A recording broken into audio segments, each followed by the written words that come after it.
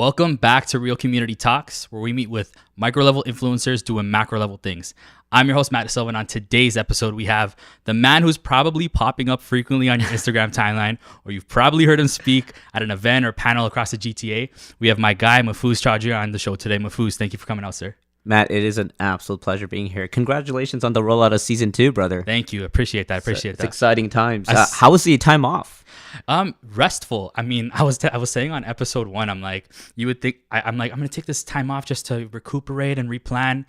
I was just lazy the whole time. Like, I didn't do nothing. Like, I didn't really plan, or I didn't really like. I'm just like, you know what? The model's been working in season 1. I changed a few things around, and I'm like, I just watched Netflix. I just chilled. I just spent time with my dog, and that was it. Hey, man. rest is important, and it probably felt a little weird, right? Because I did my season break just in the last 2 months of last year. And I felt like I was just itching to like get back on the microphone. It's almost like you were brushing your teeth every day, and all of a sudden you stopped. It felt weird, like something out of your habit fell apart. So yeah. It's wicked that you're back on the mic. No, as soon as I came back, I'm like Eminem. I'm back in the lab again, right? So, Yes. So for those two-ways people that don't know who this guy is, and I don't know why you wouldn't, he is the host of the popular Ride With Me podcast. He's the account manager for Candy Box Marketing, the author of the book Project Reinvention, which shout out to him for sending me a copy. Always. You guys, don't be waste. Go and order this from Amazon right now. But through that, you also conduct seminars, speaking engagements through that initiative, Project Reinvention.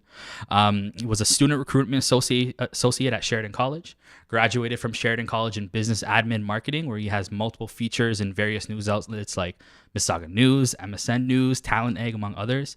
Was a recipient of the Emery-Dufualt Award. Yes. Yep. And has also won, I went on this guy's LinkedIn, and it's like multiple awards. And among many other things, he is an influencer, a public speaker / panelist, a social media marketer, a digital marketing professional, a lead generation specialist, and probably the only guy I know that looks like Masari. Was that accurate? Do you ever get that? I get that a lot now. I think someone mentioned it recently in a podcast episode, and since then, everyone's been pointing that out. Sorry. Hey, man, he's a good-looking guy. Yeah, I can't complain. No, exactly. I'm like, I don't know how he's gonna take that, but okay. Right. So before we get into it, you got to meet Brampton Batman. I did. That's man. like my dream, man. Tell me about that. So I went to a comic book store, actually in Mississauga. I guess he was visiting just to do his GTA tour. And imagine my excitement when I saw a Batmobile parked directly outside of the comic book store. Yeah. So I'm hyped. I'm trying to go in to see what's happening. And as I got closer to it, I saw this very, very tall Batman. He's a giant. Yeah. I never realized how big he was until I got closer. And when I got there, I mean, I was probably right up till his chest level. And I mean, I'm a shorter guy, so that's not maybe saying much, but he's a tall guy. And I walked up to him, and I did what every fanboy would do. I was like, Batman, can I please take a photo with you? And he was a straight up jerk. Wow. But here's the thing. I love that he was a straight up jerk, because if he's playing the role of being Batman, he shouldn't be nice. He shouldn't just let you come and take a photo with him. So he lived up to his character, and he was like, why don't you go in and buy a comic first? And I was like, I get it. You're trying to make some money for the comic book store. So I went in and I picked up a few comics. I was going to anyways. Then I came back out and asked him, and I forgot that I was wearing a Superman t-shirt. Oh, why? I mean, I was coming in like a comic book fanboy, and I had a Superman t-shirt handy. I walked in with it, and I asked him again. I was like, all right, Batman, I got my shirt. Are you ready to take this photo? And he's like, why don't you ask your buddy Clark Kent? And I was like, I hate you and I love you at the same time. But it was a wicked fanboy moment. And I remember when I posted it, I was like, big dream, meeting Brampton Batman. Also, he was a jerk, and I'm glad he was. That was my takeaway from that. Yo, you guys know that I'm trying to get healthy, so as soon as I cut down the body, I'm getting a Batman suit. I mean, I won't have a Batmobile. It'll probably be like a black Toyota Corolla, but I'm coming out full Batman for Malton. That's wicked. So with that, why don't we segue into what's your origin story? So who is Mahfuz Chowdhury, and where are you from? Awesome, man. And listen, with that introduction that you just gave me, I feel like I need to sound smart now, but I'm not a smart dude. My background came from an environment where I was just so desperate to make a change in my community. And a lot of it came down to selfish and unselfish reasons. Selfish because I didn't get that help when I needed. Yeah. I went through a difficult time in my life where I grew up in Saudi Arabia, and my parents were going through a very difficult time. There was a civil war that was happening. There were shots being fired on the street Wow. where people were dying, or there was damages happening to the building any day. Yeah. And we were living in fear every day, thinking today could be our day. Wow. Today could be the day that we get fired, or the building gets knocked over and it happens to be our building. That's crazy. And my parents decided one day to sacrifice everything, pack things up, fly down here, and give us an opportunity to start our life all over again.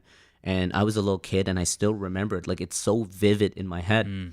And so I came up here, and because of everything my parents went through and the fact that they didn't have a lot of money coming here, I would say that my dad had a very play it safe mentality. Yeah. He was all about, like, listen, don't complain. We had a tough life. We're in a free country. We can do what we want, but play it safe. Like, Yeah. just get a minimum wage job. Don't complain. Don't make excuses. Just get the job done and come back home with some income. Just guarantee yourself 40 hours a week and you're good. And as a result of that, I played it so safe to a point where I just grew up becoming a very shy introvert. I wasn't very talkative. I wouldn't make a lot of friends. I was just doing my own thing. But then I had a lot of things go wrong in my life. I was put on academic probation while I was at U of T. And the school basically said, listen, you owe us $30,000 in debt, and we don't want you in here anymore. Wow. So that was a difficult time for me. And I was going through depression at that time. And I was shy and I was an introvert. So the hardest thing for me back then was asking other people for help. Right? The biggest thing I would do is I would sit there silently just looking around the room saying, man, I just wish someone would give me a helping hand. Yeah. Because if someone helped me out of this, I might actually be able to make it. Yeah. And I never got that kind of help. So as I started grinding and resetting my life and doing my own thing, I got kicked out of school, took a year off, which now that I look back at it, I can honestly say it was a blessing in disguise. Yeah. It gave me a year to get everything together. And I decided to then come up with a concept called Reinvent Yourself, which was about starting over. When I went into Sheridan College, I wasn't really well known, right? No one really knew me. It wasn't my high school friends. I said, what an opportunity for a fresh start. Yeah. No one knows me. I could literally come in and be the loudest extrovert ever. True. And I'd be fine. So I use this as an opportunity to reinvent myself and become someone that actually starts offering helping hands. And so I started an initiative called Project Reinvention, which is the name of my book now. And I decided to start an initiative where I just spoke at different colleges about my struggle and how I bounced back and how things are now starting to go my way. And this then evolved over time and became a big thing for me. Wow. I had no idea back then, bro, that it would be as big as it is now. But it was the best decision I ever made to just take it a year off and work on myself. Yeah. So let's talk about, obviously you focused on developing this initiative, Project Reinvention, but then it went towards the book. So talk about that process and how you decided to go that route. Yeah, so I get called for being a marketer and a content creator a lot now. And I take a lot of pride in that. My full-time job with Candy Box Marketing is operating as a digital marketer. But before I ever became a content marketer, all I wanted to do was share my stories. Yeah. So at first it started with me going into classrooms and sharing my story. And then I realized that it would take me a very long time to create a large impact if I did it one classroom at a time with 30 people. So over time, I said, I'm going to create a website, and I'm going to see if the website allows me to reach out to more people around the world with my story. And the story that I can honestly say that made the biggest impact by pure serendipity, it went viral and I had no idea why it worked out that way, was a day that I was giving a campus tour because I was working for Sheridan College. And my eyes just started burning one day, and it was itching, and I was scratching it, and I realized later there was an eye infection that was happening, and it was happening in the middle of the tour. Right, I had 40 people that were watching me on, and I'm just like scratching my eyes, and it's bloodshot red. They were asking me if I was taking drugs. Like, there's a lot of weird questions being brought up. So I just excused myself. I was like, listen, I gotta go.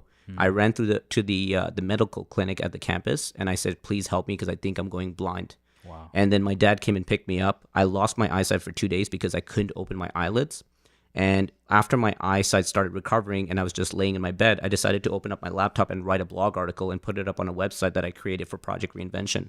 The article was called The Day I Went Blind. And now that I think back at it, what a clickbait link. Everyone's like, I've known you all your life. Did you just go blind? So all these people are clicking out of it out of pure fear that I lost my eyesight. Yeah. But the article was just about two things. Number one, the fact that your human mentality will change whenever you lose something. So when I lost my eyesight, your human mentality automatically starts mapping out your room. It says you have exactly 16 steps before you're on the top. You turn left at exactly 3 seconds of walking. So your mind automatically adapts to the environment because it can't see. So it tells you different ways that you can work around the house and get around. Number two, I talked a lot about gratitude. I said, I couldn't see. And my parents came up and took me home, and they would make food for me and feed me. Wow. My girlfriend would help me get on a bus because for obvious reasons, I can't drive a car, Yeah, you yeah. know? So I was in a tough situation where I was very helpless, and I had all these amazing people help me. So I wrote the article about gratitude and the fact that human mentality can adapt. About 2 weeks later, I had someone reach out to me and said, I was so inspired by your article. I was wondering if I could share this with my class. And I creeped him and I looked into his profile and I found out that he was a professor for a university in Iran. Wow. And his class consisted of 500 students. Wow. And after delivering that speech, he shared a picture to me with him standing in front of the room with my face up on the projector with the title, The Day I Went Blind. Holy. And I'm thinking like, man, I was laying in my bed with PJs on, Wow. writing an article. Your face is in Iran. My eyes were barely open. Wow. And here it is being shared on the other side of the world. So at that moment, I realized how big things could scale. Wow. So I became obsessed with the internet opportunity. I became obsessed with online marketing. So I learned everything about writing blogs and content, put out a book so that I can get better distribution with my story. Yeah. Speaking at stages so I can speak to bigger crowds, recording a podcast so I can get my stories out through audio. Every medium that I've entered since then has been all around giving myself better opportunities to share my story. Yeah, yeah. You know, I was talking to someone this week about the mode of communication and the method of disseminating information and how that, like, how strategic you are and intentional about that can affect how that message is getting out. Because I think one of the reasons why I have this show is because I know that people have great messages, but I still have to make sure, like I was telling you, like I need to make sure my SEO is good on YouTube. I need to make sure that I'm, you know, adding new things and elements that's going to add value to the fans, or else I mean, it's not bad to talk to one person. I always say if it's just for one person that gets impacted, do it. But I mean, it doesn't mean that you should not focus on that. Yeah. I tell my youth that all the time. I'm like, oh, you want to be a basketball player, or you want to be, you know, like I don't know, like a lawyer or whatever. I'm like, you need to be a good marketer. You need to be, you know, a good business person. I said you need to be a good, I don't know, like you need to be a good administrator, because that's the holistic side of anything you do, right? It matters. And as someone that's trying to make a social impact like yourself, you need to be selfish and responsible enough to actually attempt to get your message out to more people. Yeah, because if you save it for that one or two people that you know, yes, you're making an impact for them, but imagine how many people are losing the opportunity to grow and change as a result of your not listening to your story. Yeah. And I agree with you about the marketing aspect. I think everyone in the world, no matter what their vision is, whether they're trying to get a job or they're trying to make an impact or they're trying to be a marketer, they need to learn marketing. Yeah. I was at a panel last night, and one of the panelists, I got into a heated argument with him because I so strongly disagreed with an answer he said. Someone in the audience asked a question saying, I'm too busy trying to operate my business. How in the world am I going to put in time to do marketing? And I was about to speak up being the marketing guy in the panel, but there was someone from the IT side on my far left that spoke up, and he said, man, you don't need to worry about the marketing, worry about the product, because if your product is good, it will speak volumes. Yeah. And I don't disagree with that part. Yeah, I do think a good product is necessary, but then I stepped in and I interrupted him and I said, I completely disagree with what you're saying. And there's a common saying in the world, which is the best books are never read and the best songs are never heard. And those are usually as a result of the author and the musician not knowing how to market their product. Wow. And what a lost opportunity it is. So there's tons of stuff out there in the world that would completely blow our mind and make us the best human beings out there. And we haven't discovered it yet because they didn't do their part in marketing it well. Yeah, yeah. That's what I don't like about like certain international basketball players. Like look at the NBA. You have elite players that are coming from the States, and you have a few international players. But I'm sure there's like some guy in like Uganda on like a, you know, like a ghetto strip That who's would crush it. probably kill LeBron. You know what I mean? But they just don't have that opportunity. Right? That's right. Yeah. So not to get so deep so early, but I was trying to figure out some kind of questions I can ask you about, like, obviously I know you do the marketing, obviously I know you have the book, but one thing I found interesting on the little description when I went on Amazon was you were talking about a few things about, you know, what you can expect from this book. And one of them you talked about was heartbreak. Yes. And I feel too many people aren't open about their personal life and like that kind of stuff, because I mean, as guys, we might see that as a weakness and we're not tough. But like, I'm the first one to say that I've had past breakups that just wrecked me and brought me to my knees, and I went through depression and all that kind of stuff. So how did that play a part in going from tragic to magic, as you say? Sure. I'm glad you brought up heartbreak, because I don't think it gets brought up enough, because it could get uncomfortable in conversations and people are just scared to bring it up. I think heartbreak is one of the most important chapters. It's actually one of the chapters' name is called Heartbreak in the book. Wow. And to me, a part of writing the book, aside from sharing my story, was also to give myself self-therapy. Yeah. I was at a position where I was down and out, And I decided to write this book at my most desperate time. I was going through struggles. I was going through pain. And I said, what can I do with that productivity? Should I put it towards me moping about how bad life is? Or should I put that energy towards doing great things? And this is why I've said a bold statement once that I've been questioned about a lot. And I love the opportunity to clarify it. But I said, I hope every single person in the world experiences heartbreak at least once. So because true. the amount of things you learn when you get your heart broken is incredible. Like, you learn how to bounce back. You learn how to pick yourself up when you're shattered into a million pieces. You learn not to be as sensitive the next time it happens, and you grow. And I can honestly say, between the podcast, the book that I wrote, and everything that I've done with my career, those has come out of my lowest lows. Not out of my greatest highs. You know, some people watch motivational videos and they'll watch a Tony Robbins or Gary Vaynerchuk video and they'll say, man, I'm inspired. But the problem with that is you're being inspired by other people's story. And sometimes that doesn't last. But when it comes to desperation, it's like, if you don't act on it, you're screwed. It's your own life. It's your own experiences. So the amount of things you can do when you're fired up from heartbreak is incredible. So I decided to share that publicly. And I was a very private guy, and I still am. Like, you can see a lot of my life on Instagram, but you'll never see pictures of my family. You'll never see a picture of my girlfriend. I'm very private about my life, about my private life on Instagram. But the reality is, I use this book to saying, I'm going to open all doors. I'm going to share everything about me. And this is going to be an opportunity for people to learn who the real me is. And then at that point, truly learn how to get out of it. I think our roles is for us to show how important this growth was in our journey and to make people believers. We need to show the true struggle. And if we sugarcoat it and hide that in the story, we're actually not doing a good job communicating what our story was to get to the point where we're at. I actually do want you to share your heartbreak story, because I don't think I've heard that from your past episodes. So actually, it's funny. I was just about to say that. I'm like, I always joke, because I mean, like, if you guys don't already know, I'm Christian, and one of the things we do is, like, with some religions, you give like a testimony, like what God's done in your life, whatever.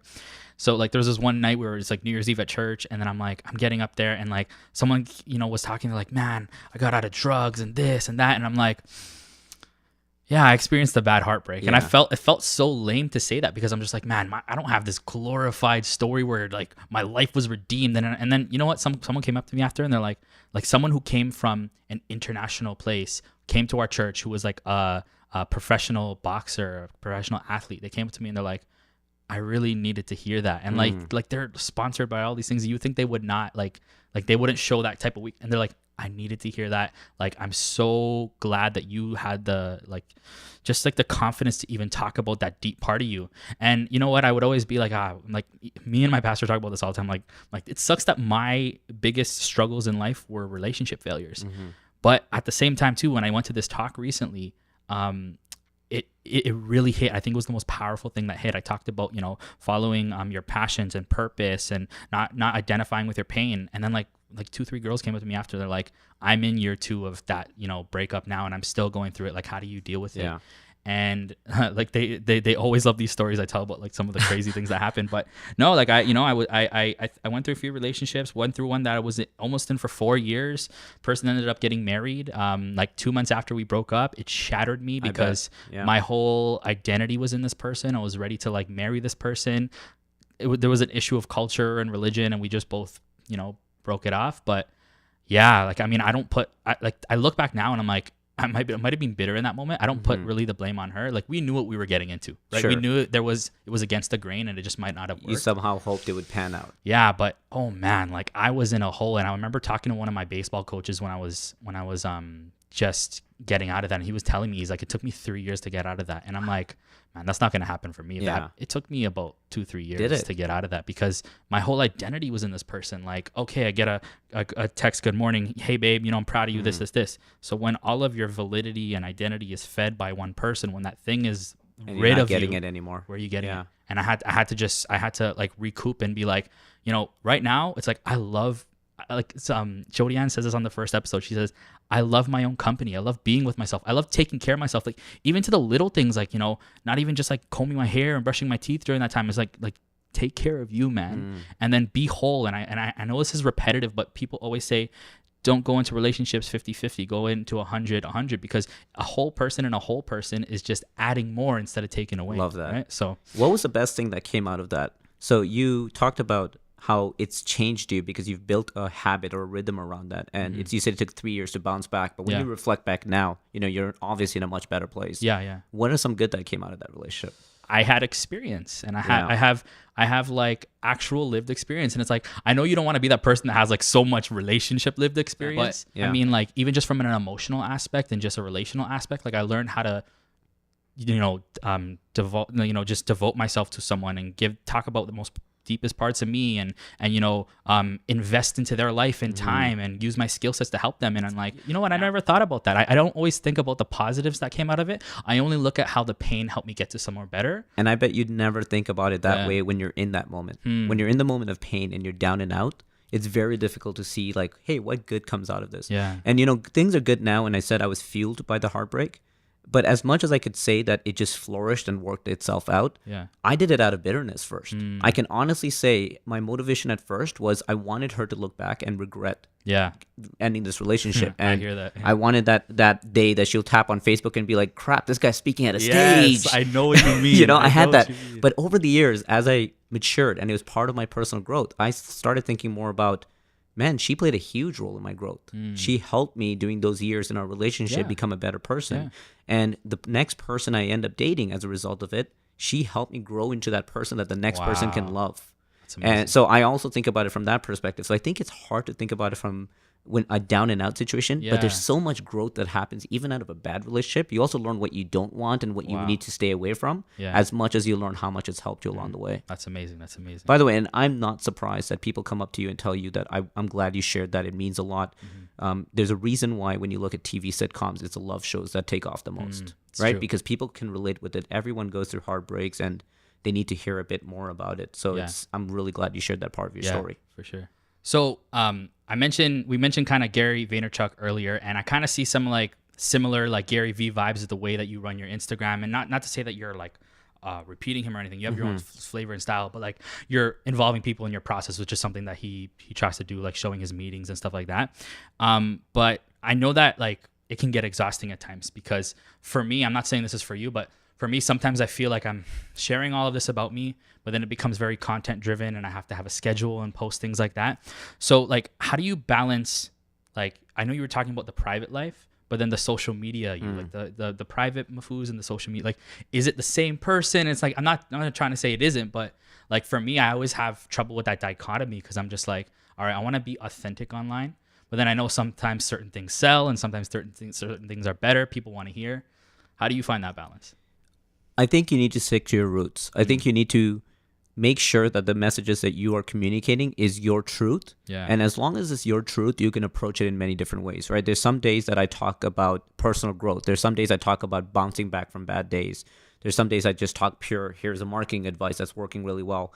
The way that I deal with it, and I've been having a lot of conversations around social anxiety lately, because a lot of people are asking me how they can manage that. And my answer has come down to the idea of knowing how to use the social media tool in a responsible way.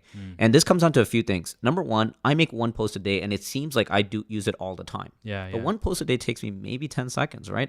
I choose a picture I like. I write a quick caption that's on the back of my mind, and I hit send, and I don't actually look at my Instagram again. The other 90% of my time on Instagram is spent on the direct messages. I'm spending all my time chatting with people like it's a text message platform. Wow. And that's what keeps it fun for me, because not only am I, on the strategic side, actually building relationships that somewhere down the road we collaborate, but at the same time, it's more fun and more easier to stay sane. I think where the anxiety gets caused is when people are spending a lot of their time on the feed. They're spending time seeing other people's lifestyle and taking in their messages. I was looking at a stat the other day, and it said the average person follows 2,000 people on Instagram. And that's equivalent of your room right now having 2,000 people talking to you at the same time. Wow. It's Never freaky thought thought. about it from that way, yeah. So what I encourage people to do is, if you're going to spend time on your feed, take some time to actually audit who you're following. Wow. And get rid of the people that are maybe not adding value to your life. And this might be positivity, it might be entertainment, it might be people but there's a lot of people that you follow just for the sake of following back, right? You're showing them love because you feel like you want to give it back to them. Yeah. But it gets very, very tough to maintain the sound quality. and I push them to treat their feed like a radio dial. Yeah. You control the noise. You decide how loud you want to make it or small. And I can't give you the measurement because everyone has a different personality. Yeah. Me being a heavy introvert, I shut down the dial a lot. Like I think I'm down to about 1,500 people I'm following. Yeah. But I was following 3,000 like 2 months ago. Wow. So I always think about how I can turn down the noise over time to manage it. But to me, the biggest thing that makes social media fun for me is taking those conversations offline. You and I are right now sitting across from each other. Yeah. Once upon a time, you and I were in completely different cities, even sending messages to each other through a digital screen. The excitement of bringing an online conversation offline for coffee, lunch, dinner, and building relationships with them has been the funnest thing for me. So true. I think a lot of people forget the word social in social media. They're not taking advantage of the opportunity to actually get together with people and have conversations. And then when people are like, oh, you know, the millennials are spending too much time online and it's killing relationships, I come back and I say, I met more new people last year than I've met in any given year. Like I've met more than 100 people, and that's no exaggeration, just out of people that I met through DMs. So I push hard that if you use social media for the sake of being social and building relationships, number one, it's a lot more fun. And number two, you'll get tenfold more value than you would if you spent all your time posting content. Yeah. You know, and even just to build from that, like, where I was gonna kind of talk about with the Ride With Me podcast. I mean, originally I thought it was like you're always, there was that episode I think where you're in your car and you're episode 100. Yeah, so I thought it was just always in your car, but I mean, first of all, that's a dope concept. Like I don't see that anywhere. I'm like, I was actually thinking, I'm like, I would love to do like mix it up and do like an episode here or even outside or driving or something like that. Sure. Yeah. But then like talk about like how you, that whole process, because I know you're, like you said, you're a busy guy and you're not spending all your time on social media. So like we were kind of talking a bit off camera, so like just kind of give people a bit of behind the scenes of like how you produce that show and, you know, how you're generating content for it. Sure. So I mentioned in the beginning that I got super obsessed with marketing and learning how to push content out on a bigger scale. I knew without a doubt that the podcast opportunity was becoming massive. There was a post that was done at the end of 2018 where they talked about Joe Rogan's stat, and I was so blown away by it that I shared it on my Instagram.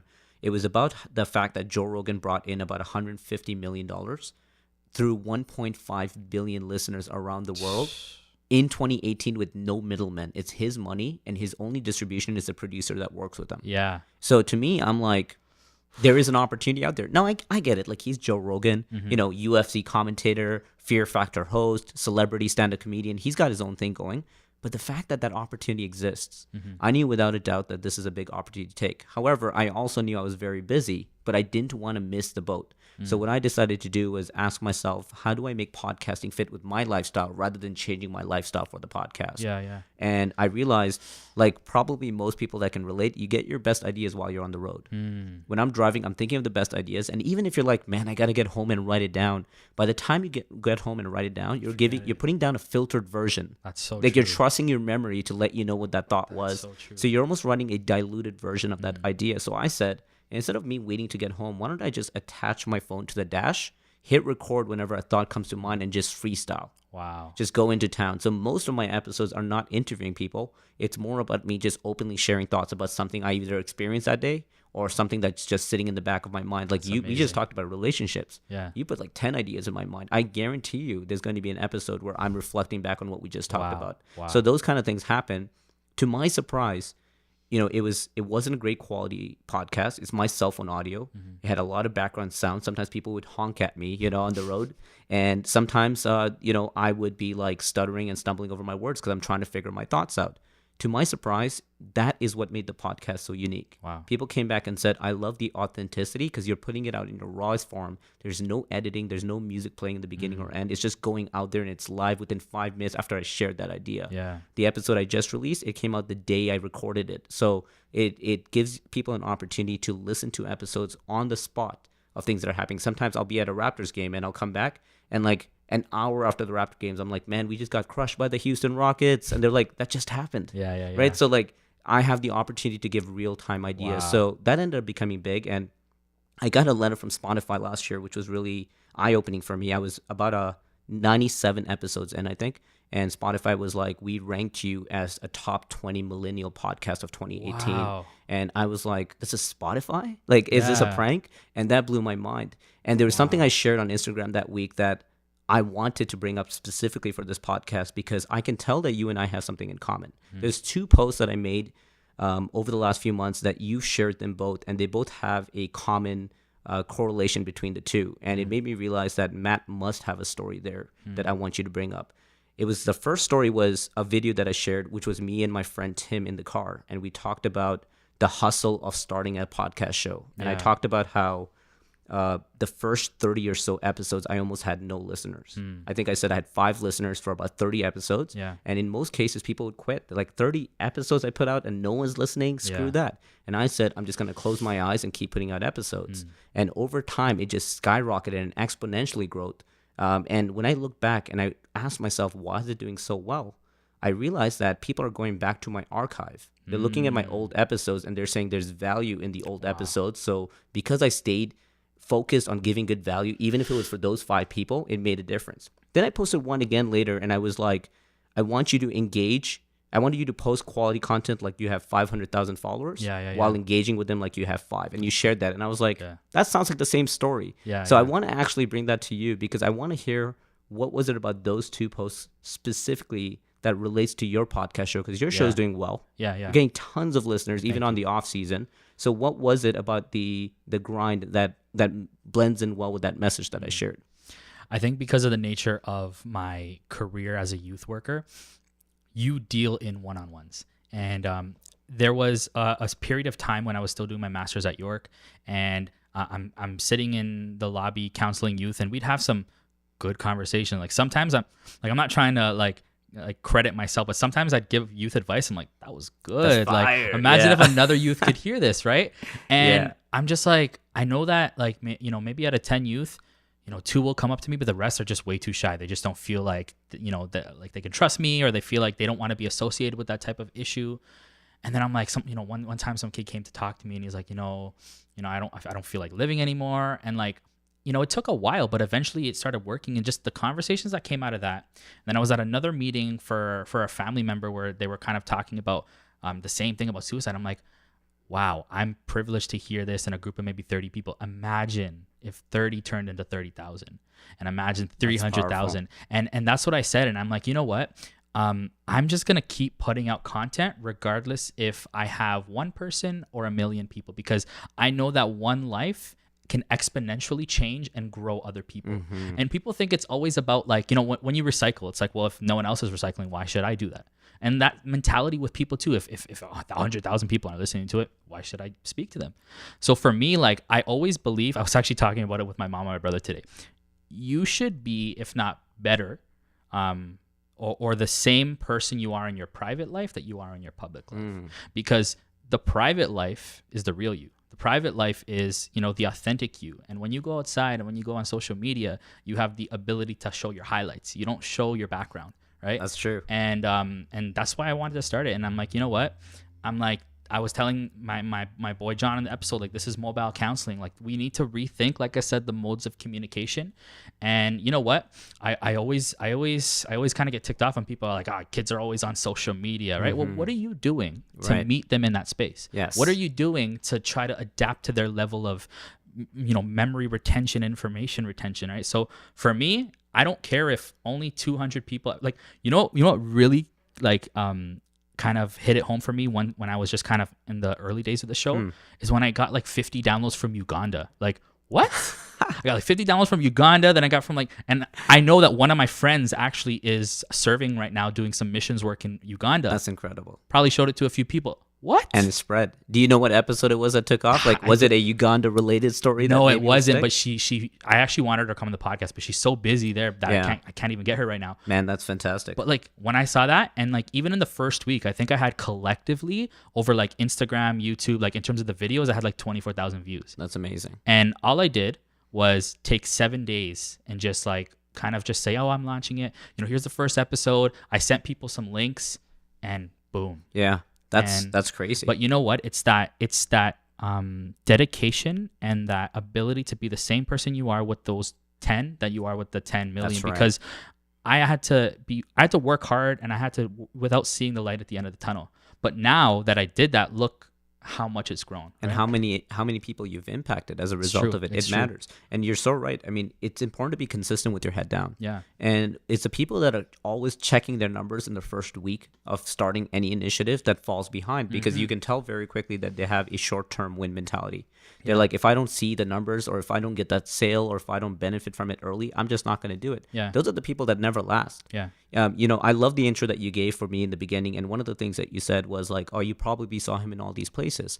And it's true. For some odd reason, this year, in the first 3 months of this year, I've seemed to have been getting more speaking events, podcast features, panel events, a lot of paid gigs that I've probably more than any other quarter of any year I've ever done. Yeah. And one person asked me, that came up to me and said, what was it that made you big? Like, what was that viral moment for you? Yeah. Because everyone thinks that it needs to be that one viral moment that makes it. So true. And I told him that I actually have no idea, because I've been spending 9 years now. I did the math, 9 years just keeping my head down and speaking at events. I still have footage of that first event I spoke at 9 years ago, where I went up to 30 students that were high schoolers. Yeah. And I shared a story. And to me, I've been doing it for so long that I finally just put my head up above water, and I'm like, wow, things are working. Yeah. And to me, you know, you talk about fitness, and I always like to compare fitness with the grind, which is there's just so many things that life does to give you hints that you're on the right track.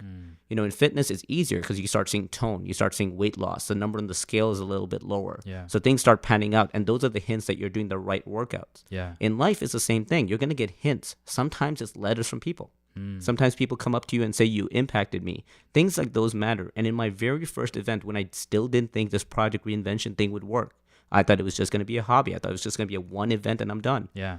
The first person that came up to me, and I wrote about this in the book, she came up to me with tears running down her face. Wow. And she said, I wish I met you 3 years ago, because this talk would have completely changed my life. Wow. And as I got to talk to her more, I found out that she was in an abusive relationship. I found out that she was going through the depression in the fullest extreme. And it was that talk that I gave that impacted her so much that she completely changed her life. That story for that one girl means more to me than any amount of likes I can get on Instagram, any amount of comments I could get, any amount of followers I can get. Yeah. And once in a while, I'll still get those type of messages. And to me, that's why I do it. It's reassurance and the hints from the universe coming back to you and saying you're on the right path. Continue doing it. You're impacting, whether it's smaller people, whether it's a larger impact, you're making an impact that works. Yeah. And you know what? Because this is real community talks, I wasn't even planning to share this. It was just something that happened just so, Let's go. so naturally. But like, so I'm off social media right now, so I had to actually just kind of search up your page just through Google on my laptop just to check some of your posts, see it, you know, some questions for the rapid fire. And then like I saw your episode on continual growth, and I'm like, this setup's amazing. I know some of those guys from the show, so I rate those guys. Like I think one of them or two of them follow me anyways. But then it's like that issue that I had with relationships where my validation was another. It's like, man, their show's good. What did I automatically do? This is what I do when I see someone else doing something good. I go to my page and I start watching it like I'm not myself. Like Interesting. someone coming to my show, and I started having to watch my videos and be like, okay, what would people think if they saw this one and that? And I was trying to seek validation, and I just had to stop myself. And I'm like, what am I doing? Yeah. I'm like, they're doing great stuff, and they have their own niche that they're focusing on. But I'm like, Matt, you're doing great stuff too, bro, Big and time. you're doing your own thing. And I had to. It's like, you know, just because I dealt with that in a relationship doesn't mean that there's insecurities lying within me that I still haven't dealt with and I need to uncover. But I think one thing I can say about my life right now, and I maybe I pride myself a bit on, is just that self, you know, reflectiveness, and just I can see that and I can just be like, no, I don't like that. That's not good about you, right? And and I'm just like, yeah, I don't know. Sure. Well, I'm gonna give you some feedback, okay? And I didn't want to do this online because it would seem like I'm gassing you up to get on this show. Now that I'm on this show, you know I'm just telling you the truth.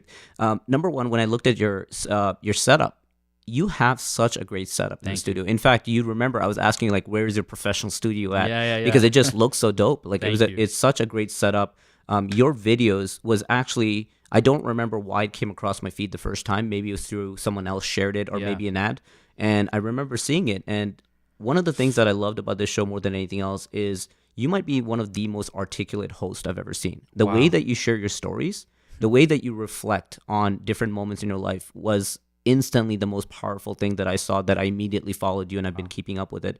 Every time I see a video come out from Real Community Talks, I tap on it to hear the video because I know you're about to drop some knowledge. Wow. Like there's something deep coming out. Like you don't just share the same message in a flashy way so it gets some marketing clout. You're doing it for the sake of saying that I have a true reflection on this moment. And that's one thing I love about the show that I think you've owned more than anything else. Wow. I've been on so many podcast shows over the last few months, and it's been an incredible opportunity for me. But it also gave me an opportunity to watch each host do their magic and love the setup. And every single one of them has their own style. And that's what I love about it.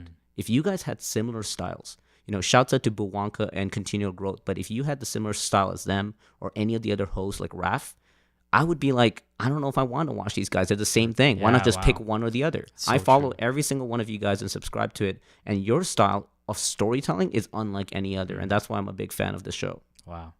True story. I'm so gassed up right now. True story. I appreciate that. You know why? And then it just makes you reflect and be like, see, I was stressing about that, but then the man comes on my podcast and basically just gives me his whole thing about how he likes the show. So no, I thank you for that, because you know what? I think sometimes I was talking about this with Noise, I think, on his episode.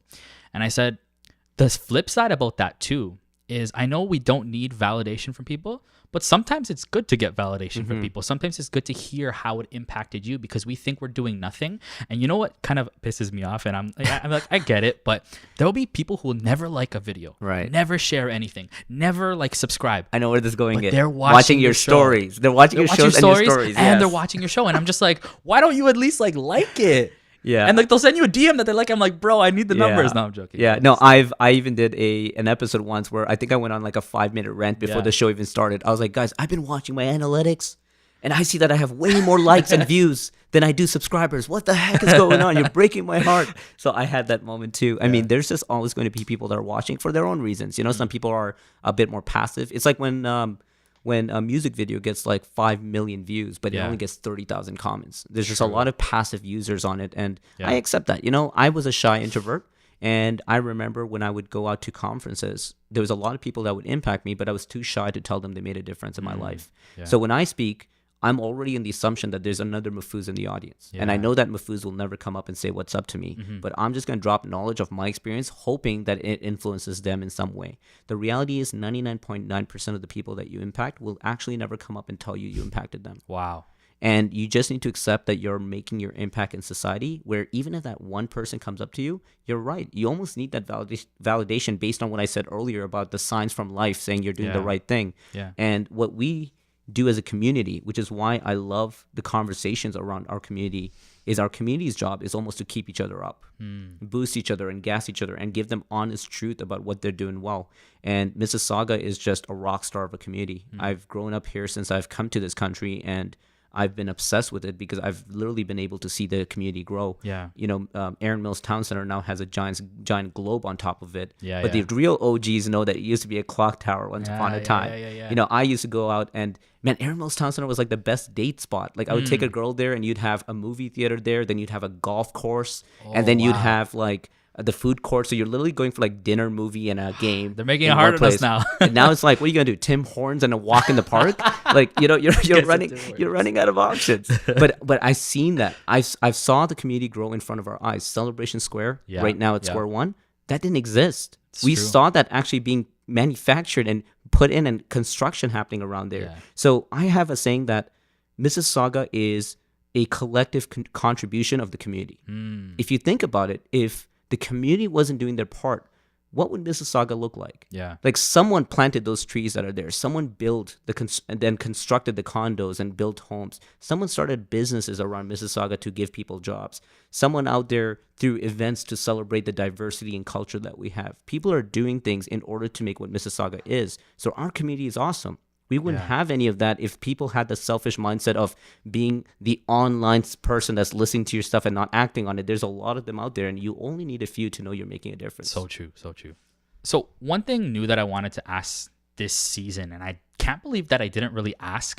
Maybe it was like implicitly applied, but like, what does community mean to you? If I'm Real Community Talks, what does community mean to you? Like, where do you find yourself recharging, or what does that look like for you?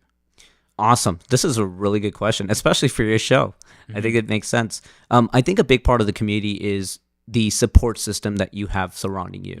And I think that everyone has a lot of options in deciding how they want to create their own community around them.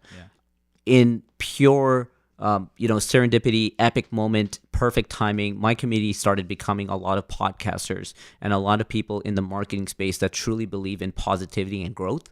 And that's awesome, because the reality is, for you to get to whatever goal that you have in mind, whether it's a fitness goal, whether it's a life goal, whether it's a marketing goal or a business goal, it takes a little bit of time, man. It takes years. And most of those years are spent doing things that you actually don't enjoy, right? All the stuff of seeing me on stage and speaking in panels, those are a minuscule percentage of what I actually do day to day. A lot of my time is spent in closed doors, writing out stuff online and doing a lot of meetings, putting out fires. So you're going to do a lot of things you don't enjoy. What makes it easier to get through those years of a lot of tedious work is having a good support system and community around you, because you're working together on common goals. You have mastermind groups to bounce ideas off each other. Whenever you hit an obstacle, they're going to help you. What's been really fun as I started meeting more podcast hosts, and as you and I talked about earlier before we started recording, was the fact that we just happen to know the same people. It's just interesting how that works out. And like-minded attracts like-minded. And it's almost like an environment where when we get together and we bring our mutual friends together, it's almost like we're just hanging out in a living room with a group of friends that you know. So it's very impressive to me how when you start building your community, you're going to find that the people that you're attracting is actually shaping the person that you end up being. If you surround yourself with a positive community that's very motivated, that focuses on growth and reinvention, you're going to find yourself automatically doing it, as opposed to surrounding yourself with people that are complaining. I've been in a difficult point in my life where friends that you kind of grow up with by default because of geographic location, you actually don't know who they are. Like you didn't choose to be friends with them. They just happen to be conveniently close by. And when you learn more about them, some people may be like negative people. Some people may be complainers. Some people may hate their life and not do anything about it. The saddest part is because you're trying to be so nice, you decide to bring them along on your journey.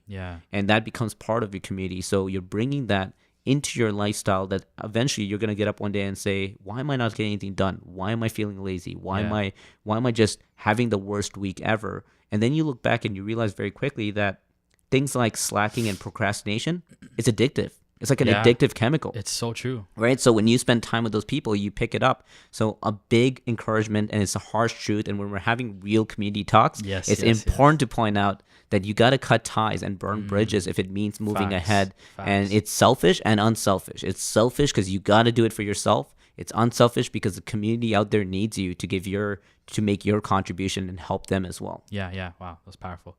All right, so last question before we go into rapid fire. Something I like to ask all my guests is, if you could go back in time, if you could hop in a DeLorean and go back to grade 9 Mahfuz, if you can give him a word of advice or say one sentence, what would you tell yourself?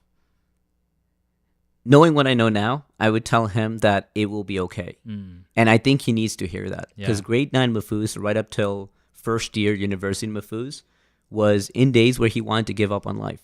Things were not going his way. He didn't think he could ever get out of that environment of stress, frustration, and depression. And there was things that he doubted himself every day. Every year that he grew up, he said, why aren't things changing? Maybe I should give up. So I almost just want to go there, give him a nice bro 5 and saying, bro, you're going to be okay. Just keep doing what you're doing. Wow, I like that. All right, so honestly, I really just want to keep going into like a 3-hour podcast with this guy. This is dope. We got I'm loving this. But is that time of the episode where it's rapid fire. Okay. So first thing that comes to your head, all right? Okay, I'm ready. Pepsi or Coke? Pepsi, if it's Diet Pepsi. Okay. Advil or Tylenol? Tylenol. Apple or Android? Android all day. PC or Mac? PC until 2 months ago. I'm Mac now. Okay. If you could be any animal, what would you be? I would be I'm terrible at this one. I should have prepped for this. I think I'd be a cheetah. I like the idea of moving fast. True. Toronto or Saga? Saga. Yes. All day. Favorite place you've traveled, local or international? Strangely enough, I love going to Niagara Falls. There's something about Niagara Falls that brings out the best in me, and some days I get my butt kicked at the casino and it's whatever, but man, Niagara Falls is just a gorgeous place to spend time with. Yeah, there's a certain sentiment about going there, like when the fam like packs up the car and you go. Yeah, you go with family or friends. It's a fun experience. Favorite public speaker besides yourself? This is going to sound biased as hell, but CEO of Candy Box, Daryl Keyser, he actually, working with him for 7 years, I would say he played a big role in shaping the way I speak. Okay. Best way, if you can give us some nuggets, because you're a social media marketer, best way to grow followers online. Spend 90% on your time on social media sending direct messages rather than making content. Content is king. I'm not going to deny that, but 90% matters. Can I actually elaborate on this? I want to make this a golden nugget, really. Okay, so I want you to take this in. So 90% of your time is spent on DMs. I talk a lot about how I used to be an avid Twitter user. Like Twitter used to be my obsession before I picked up Instagram. And there was one simple reason why I left Twitter for Instagram. And that was Instagram's direct message feature. In Twitter, for you to send a DM to someone else, you need to make sure that that person is also following you back. Because if there isn't a mutual connection, you can't send them a message. Like, I can't be like, yo, weekend, let's hang out and make a song together. It's just not going to happen because he's obviously not following me. Instagram lets you send a direct message to any single person that has an Instagram account. Now, whether they open it or not, whether it ends up in the filtered box, that's a different question, and that's a debate about how you should craft your message. But the fact that I can pull out my phone, send a message right now to Drake, and write a message or send a video that's personal to him. What an opportunity that is. And I think about if I was a business owner 3 years ago and someone came up and pitched to me, hey, I can give you an application that allows you send a direct message to the cell phone device of any human being in the world. How much would you pay for that? Well, it's free today, but no one's using it. True. So if you're not sliding in those DMs, you're really not making the most of that opportunity. I literally wanted to make that the title. If you're not sliding in those DMs, you're not working. If you could do a podcast episode with any guest, no barriers to getting them, who would it be? Dead or alive? Yeah. Muhammad Ali. Yes. You know, I get a lot of credit for being very high energy, and sometimes people are like, oh, did you pick that up from Gary Vee? But the truth is, I've been doing it for 10 years, and my inspiration was always Muhammad Ali. I spent hours watching his video, his documentaries, and his energy in the ring and out of the ring, knowing when to talk calmly and drop knowledge. You know, he spoke poetry all the time, but then he was also hype, and that truly crafted my style, and I'd love to have a conversation with him. Yeah. Name a moment or time that when you think about it, automatically you just cringe. Okay, so I heard you in a podcast episode ask another question, which I may be answering both if it's on your list, which is, what is something that you used to wear that you're now embarrassed about? Okay, so I'm going to answer that because it's a cringe-worthy moment. I used to be friends in high school with someone that does a lot of airbrushing clothes. And he was a fancy, like he was super into the hip hop scene. And, you know, I'm just trying to find my way in high school. I don't know what I'm doing. So one day he's like, yo, I got your back. And he made me an extra large, long white tee, spray painting or airbrushing the words exquisite gangster on the front. Bro, I walked to class with an extra large one of those bad boys on. And for some reason, that happened to be my presentation day. So I walked in front of the class with it. The fact that the teacher was roasting me and not the students, that's a cringeworthy moment, my friend. Holy, oh my God, that made my day so much better. Just visualizing that imagery is hilarious. It's a sad sight. Favorite book you read or are reading? Feel the Fear and Do It Anyways by Susan Jeffers. It's now in audio format. I've become a big fan of listening to audiobooks on the go, and it is such a great book to help you battle your fears and your anxiety. Nice. Favorite song right now that you're listening to? Anything by The Weeknd. Yes, amazing. I'm just on that train right now. I seen you play soccer on your IG, so favorite soccer player? Ronaldo. Yes. And I frequently get into fights with my friends that are fans of Messi. So Ronaldo's king. You heard it first. Clean shaven or beard gang? Beard gang. Yes. Like, I'm jealous. Like, I'm sitting across from you, and the whole time I'm like, why should I give that a shot? I cut it down. So for the people who I'm not on social media right now, I was actually low like this, and I went to my barber. I'm like, let me try something new because I'm starting to lose weight, so I'm trying to show my neck more. Oh, that's gold. Yeah, beard game all day. Yeah. Favorite Saturday morning cartoon growing up? I loved the Batman series. I love the Batman animated series. That was one that I would even try to skip school because sometimes they would show it in the weekdays, but that show was great. Are the Raptors making the finals this year? 100%. 100%. Giannis who? Coolest famous person you've met to date? Okay, so this is a weird one. The answer is Taylor Swift. And there's a reason for this. Okay, so there's a philosophy that I live by right now, which is whenever I do a keynote presentation or I speak at an event, my number one rule now is no matter how long it takes, I'm going to give myself more buffer time. So I actually stick around those events and I meet every single person that lines up to meet me. And I actually learned that from Taylor Swift. I went to a Taylor Swift concert a long time ago because, I was trying to be the best boyfriend in the world award kind of thing. And my girlfriend was a huge fan of it. And I was broke back then, but I still found ways to make money to pay for 2 floor seats as well as a meet and greet with Taylor Swift. So I stood there and I watched her crush it in front of 30,000 people, and she's one of the best performers I've seen. Like in terms of performance, she delivers. So she crushed the show, and I was even like, I'm not gonna lie. I mean, I'm not gonna admit it to her, but I kind of liked it. And then I went to the meet and greet, and what fascinated me after she killed that show and everyone was losing it, she was standing there in the meet and greet and shaking everyone's hand and hugging them like they were the only person in that room. Wow.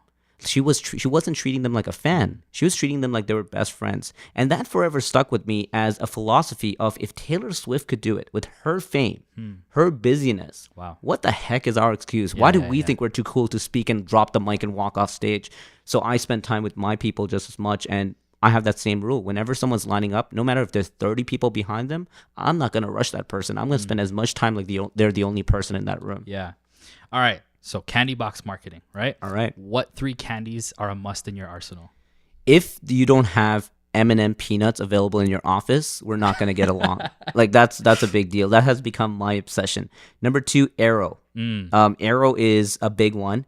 And number 3, I'm always in a love-hate relationship, but the Bounty chocolate with the coconut. Sometimes I'm feeling coconut, and sometimes I hate it, but it has its moments for sure. So those are my top 3. If you had to sing one song, line for line, to save your life, it's gonna be a Taylor Swift song. I'm joking.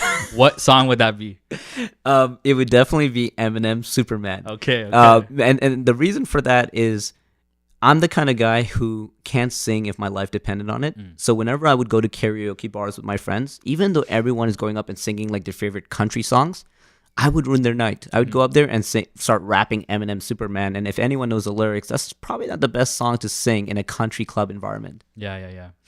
Who is one person that maybe you allow into your Instagram network of who you're following that everyone should go right now and check them out? I think that Raph from the Canvas series is a great individual. He is killing it right now in the podcast game. He's killing it so much on the productivity side, and he truly understands how busy people should manage their time. His podcast handle is mytechni.io. Shout out to Raph. We're going to drop his stuff right here too. Yep. Most influential person on your life when you hear that phrase? My parents. I can't even pick one. They've both played a monumental moment in my life. I like that though. Some people say mom, some people say dad. You said my parents because they're one unit. Right? Yes. If you could go back to a single point in your life just to relive one day, which day would that be?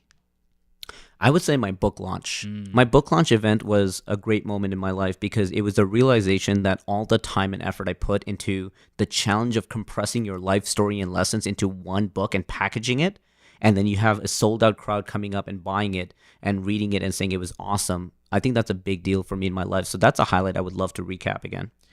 If there was a movie on your life, what would the title read? And then I'm going to ask you a follow-up. Project Reinvention. Come on. Reinvention. Okay. And then if they couldn't get you to play you, who are they getting? Will Smith. Okay, because he can pull off. When he did it with Deadshot on Suicide Squad, I believe he can pull off the bald head and beard. True. Top 3 podcasts that you listen that you would recommend to someone. Okay, I'm not even kidding. Real Community Talks is on that top 3. Thank you, bro. It's fire. I'm a big fan of Hamza Khan's Ideas into Action. Yeah, I checked that one out. It's amazing. Yeah, he's a great host. And I'm going to go back to Raph. I think he's really putting on a great show with his podcast. It's a great structure the way he does his show. That's amazing. So that's a Canvas series. Name a song that when you hear it, it puts you in your feelings. Like you think of that girl from the sandbox in grade 2 that broke your heart. Going back to The Weeknd, Wasted Times. Wasted Times. Okay. Every time I hear Wasted Times, I was like, who is that? Who's that girl to me? If you were stranded on a desert island, what 2 things would you want with you? My Spotify playlist. And I would probably need Wi-Fi to play that Spotify playlist. So I might need to cheat there. No. Candy. Let's get that candy back in there. So the candy and Spotify playlist, and I'm good. All right. Favorite food of all time? Candy. No, I'm kidding. No, I'm a big fan of roti. And then I'm also going to say I've recently become a really big fan of sushi burritos. Have you tried those things? No, but I got to try it. Bro, if you're in Square One, I can't remember the name of it, but it's in the food court, and get an unagi sushi burrito. Nagi sushi burrito. If that doesn't change your life, I don't think anything will. It's a game changer. What job would you be horrible at? I would be horrible at dishwashing because I've tasted that in my life. I was hired for 1 week as a dishwasher for a restaurant that I can't remember. And 1 weekend, they actually told me I wasn't good enough. Like, it's the lowest of the low. You know, typically, if you suck at serving, they'll move you to dishwasher. But I sucked at dishwashing and they fired me. So, yeah, dishwashing is hell. All right. When you eventually die and you leave this earth, what would you want your biggest legacy that you leave behind to be? When people remember Mahfuz, what would you want them to remember about you? I would want them to remember that Mahfuz was that one person that lent them a helping hand. I like that. All right, so you survived rapid fire. It's now that I was sweating buckets, bro. It's now that time where it's guest corner. So you can shout out anything you have going on, any projects, anything you want to promote, or even maybe one last bit of encouragement for our listeners and our viewers. The mic is yours, sir. Awesome. Thanks, man. So very quickly, I have just a few things that I encourage others just for the sake of benefiting from ideas that I've gone through. Number one, my book is called Project Reinvention. Huge, big deal for me because it gave me the opportunity to compress my life in a book. Number two, my Ride With Me podcast show, which is a great opportunity in verbal format. So while you're on the road or commuting, you can listen to it. And then I want to give some love to my Candy Box marketing team. You know, everything I know about marketing and the reason I've been able to build my brand over the years was because I had an opportunity to work with an incredible team. My one big encouragement to anyone, which is my true wisdom of life, is if you're not happy with any area of your life, whatever it is, be it physical, be it emotional, mental, be it from a financial standpoint, you just need to take that as an opportunity to reinvent yourself. If you act on it and reinvent yourself instead of rolling over and quitting, you're going to see that your life could truly turn from tragic to magic. Wow. Well, this one's been amazing, guys. But before we wrap up, and before I forget, everything that we talked about today will either be annotated or will be in the description. So if you want to check out anything on Mahfuz, go check the description at the end of the episode or right now, whenever you want to. But before we wrap it up, one thing I like to do on my show is I like to give you guys a word of encouragement, because I know that sometimes that could be your whole career, adding value into other people. But sometimes when we're so busy and we're so focused on serving, we don't slow down to hear it for ourselves. Like that's fantastic. That validation thing, like I was talking about. But just from, I think the most, like the first thing that comes to mind off the bat is this is the first time that I've met you in person, but I felt this vibe long before you ever came to my house. Wow. Like, I don't know if that makes sense or if that sounds weird or creepy. I know but exactly like, what you mean. You have a vibe that you have a vibe and a footprint on social media that I'm like, I need to meet this guy. Like, there's another guy I talk to who's actually like a social media pastor. I think in like, I'm butchering this, Alberta or Winnipeg. But like, he said, if I ever come to Toronto, we're meeting. And it's like, I've never met this guy. And it's like, when you go into Uber, you're like, you never met this person, yet you're trusting them. But it's like, nah, like, you give off a vibe that I'm like, talking to this guy would like literally be like, for sitting down for coffee, like I feel like I'd have to pay you because it'd be adding value into my life. I appreciate that so much, brother. And another thing is just your story of resiliency. Like the fact that you were in pajamas and your story was in Iran that time, and just going through everything and like eyes like, you know, messed up and everything like that. Like your resiliency, I think, is like one of the, not the, but one of the most powerful messages I think you have is like, people see you maybe 10 years later, but they don't know always where you came from. And I think part of using that story and that heartbreak and all that kind of stuff, holistically, man, it's so powerful. And I think one thing now that I know you only post once a day, like, okay, it gives me a different perspective about that. But like, still, you're managing multiple things. Like you're managing a podcast, you're doing that. You said there's a lot of your personal life that you don't always, you know, talk about.